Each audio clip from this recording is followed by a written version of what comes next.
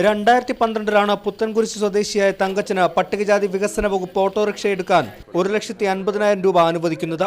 Subsidy അടക്കം 1,00,000-ലധികം രൂപ ഇയാൾ തിരിച്ചടയ്ക്കുകയും ചെയ്തു. എന്നാൽ 2 വർഷം മുൻപ് കരൾ രോഗം ബാധിച്ചതോടെ തിരിച്ചടവ് മുടങ്ങി. 1,00,000-ന് മുകളിൽ പലിശ എത്തിയതോടെ സർഫാസി നിയമം ഉപയോഗിച്ച് SPT ബാങ്ക് ഓട്ടോറിക്ഷ ജപ്തി ചെയ്യാതെ ഇവരുടെ വീട് ജപ്തി ചെയ്യുകയായിരുന്നു. 2 ദിവസം സാവകാശം ചോദിച്ചു, സമ്മതിച്ചില്ല. ജോൺ ജോസഫ് എന്ന് പറഞ്ഞ പുള്ളി 60,000 ചെക്ക് കൊടുക്കാന്ന് പറഞ്ഞു. നടക്കൂലെന്ന് തോന്നുന്നു. അന്തിയുറങ്ങിയ വീട്ടിൽ നിന്നും പുറത്തിറങ്ങേണ്ടി വന്നതിന്റെ ഞെട്ടലിൽ നിന്ന് ഇപ്പോഴും ഈ കുടുംബം മുക്തരായിട്ടില്ല. കൊച്ചിന്റെ പാൽക്കുപ്പി വരെ അവരെടുക്കാൻ സമ്മതിച്ചില്ല. പിന്നെ മൂത്തവന്റെ പുസ്തകങ്ങളും ഡ്രസ്സുകളും എല്ലാം ഇവിടെ ഉള്ളിരിക്കുക.